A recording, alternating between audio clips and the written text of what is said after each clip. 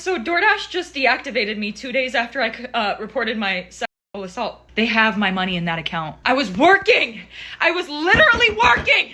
And they deactivated me! You guys remember the viral DoorDash girl from about a month ago who claimed to be essayed while doing a delivery? She stated that as she walked up to the door to make the delivery as instructed by the person ordering food, she noticed that the guy was on the couch, seemingly passed out while he had his pants down to his ankles. Now in the video, it stated that a man named Austin orders DoorDash, selects the option to have the order left at the door, sees his DoorDasher, me, has a female name, falls asleep on the couch with his pants down and the door wide open. Now where the woman messed up is not only did she put his name out there, but she also put his address and what his home looked like. Also the fact that he was naked, she displayed that online, and that's wrong. And not just wrong from a moral standpoint, but literally illegal. And that's why today she is locked up somewhere, because she has recently been arrested after getting hit with 2 felony charges: unlawful surveillance and dissemination of surveillance images. Now reports say that according to authorities, the woman's story did not align with the evidence, while what began as a call for justice has escalated to a criminal case. Internet users are still grappling to understand the twist in this story. It goes on to say, according to the police account, the suspect, a 23-year-old woman named Levi Rose Henderson, visited a customer's address on October 12th to deliver food in a contactless drop-off manner. However, she proceeded to open the closed entrance door and went inside. She found the customer asleep on the couch, wearing his trousers down. She recorded the incident, but later posted the blurred footage of the act on TikTok, claiming she was sexually assaulted. Now, this would contradict everything that she said in the beginning, and a lot of us, myself included, fell for the okie doke. Hell, I remember there was a video where somebody actually went to the guy's house, and then they took pictures of the house, and there was no Ring camera there. But the report and the accounts from the officers are saying otherwise. However, footage from the Ring camera revealed that the customer did not invite her inside. The detectives later determined that he was not intentionally exposing himself, nor was there any evidence of sexual assault. On November 10th, she was arrested for charges related to 2 Class E felonies: unlawful surveillance, as well as the dissemination of unlawful surveillance images. That just means distributing the images that were taken during the unlawful surveillance, so the video online. Now, these aren't just some light charges that are like community service slap on the wrist. Each of these charges apparently have up to 4 years of prison tied to them, which I ain't gonna lie, at that point, I'm snitching. It don't even matter if it's something snitch worthy. I'm finding something to snitch on. 8 years in prison is absolutely insane. Now, if you got your bingo cards out, the report states that she did illegally enter this man's dwelling and take pictures of him while he was in a vulnerable state. So if you had your money down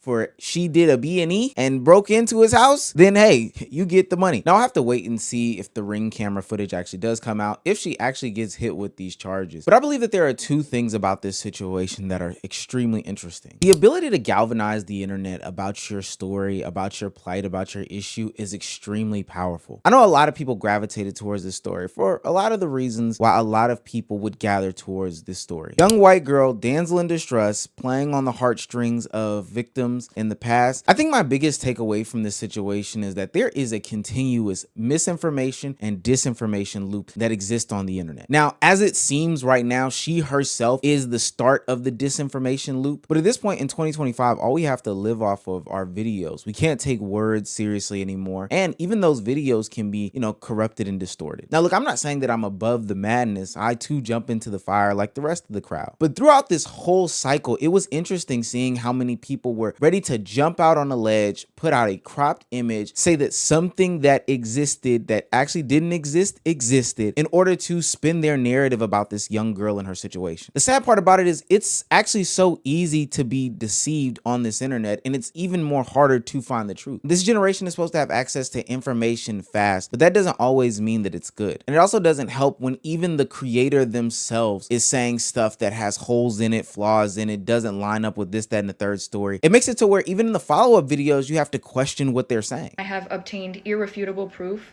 that the door was already wide open when I arrived to the customer's house. But due to its importance, I cannot post that proof at this time. Now, I know everybody's looking to jump and pile on this woman, and hey, go ahead. I'm not gonna stop you, rightfully so. Because in a lot of her videos, she does say some things that are out of pocket and crazy. I was kicked out of this apartment 6 months ago. Nobody is currently living in it. How did I get in? That's a secret I'll never tell. I just want to say that a fucking MILF just dropped off my McDonald's Thank you, Sue. You have my address.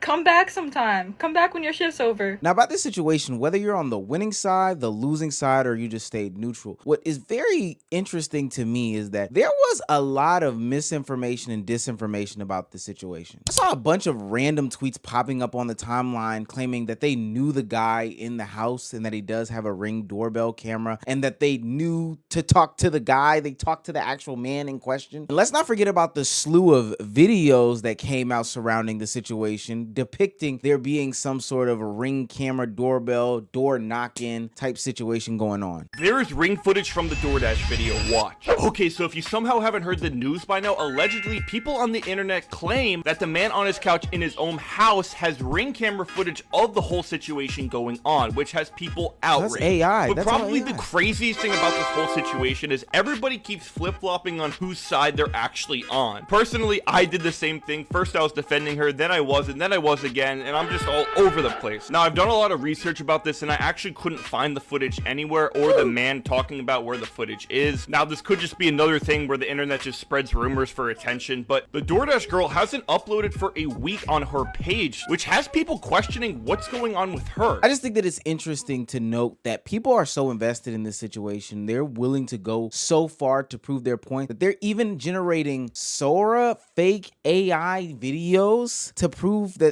this girl broke into the house. Leave the food by the door. No, I'm going in.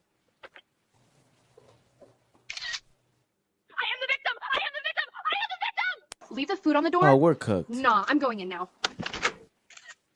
I am the victim! I am the victim! These aren't even good AI videos. Now, you and I, as trained AI viewers on this channel, which I've got to do more AI videos because every time I text my mom, she like falls for some sort of AI scandal. It's a process, chat. It's a process. You've got to hold the hand of the elderly because people are falling for this actual content. They are thinking that this is real. And whether it turns out to be the actual depiction or not the depiction, the question is, why are people so ready to put this disinformation and misinformation out there in order to get a win in the conversation? As stuff started to come out, I felt like I was almost in a CIA Black Mirror episode with how much to bat people were going for these different individuals. And on the flip side of the AI videos that were in defense of the man who was naked on the couch, there was also disinformation and misinformation put out in an attempt to protect the woman in this situation who claimed she was the SA victim. Again, I can't say for certain if that is true or not. Now here's a picture of Austin and what he looks like. And yes, I did blur out somebody who was with him because that is not right to put her in the picture. But I did end up finding his Facebook and it was from the same town that he is in and everything tracks. Now I did end up finding his Twitter as well and he has not posted anything on the whole situation. Now lastly, Casey had said that there was a case on Austin. And as you can see, there was a case with Austin. I blurred out his last name because I don't want to dox anybody, but he did have a case for disorderly conduct.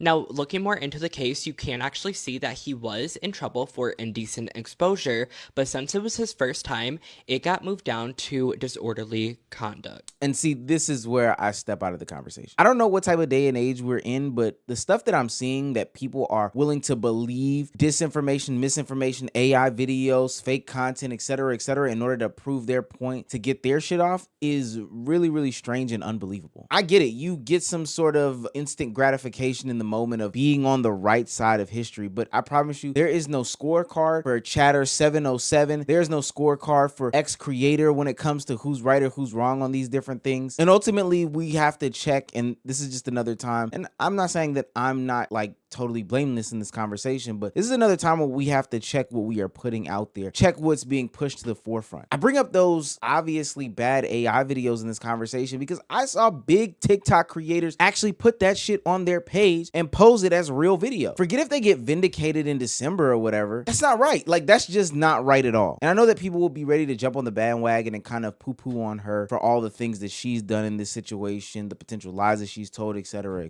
But I will say we are creating a pretty bad environment here where people are allowed to use AI video, this much disinformation, this much misinformation in order to get their shit off about any sort of actual situation. It's an evil world we live in, man. Woo.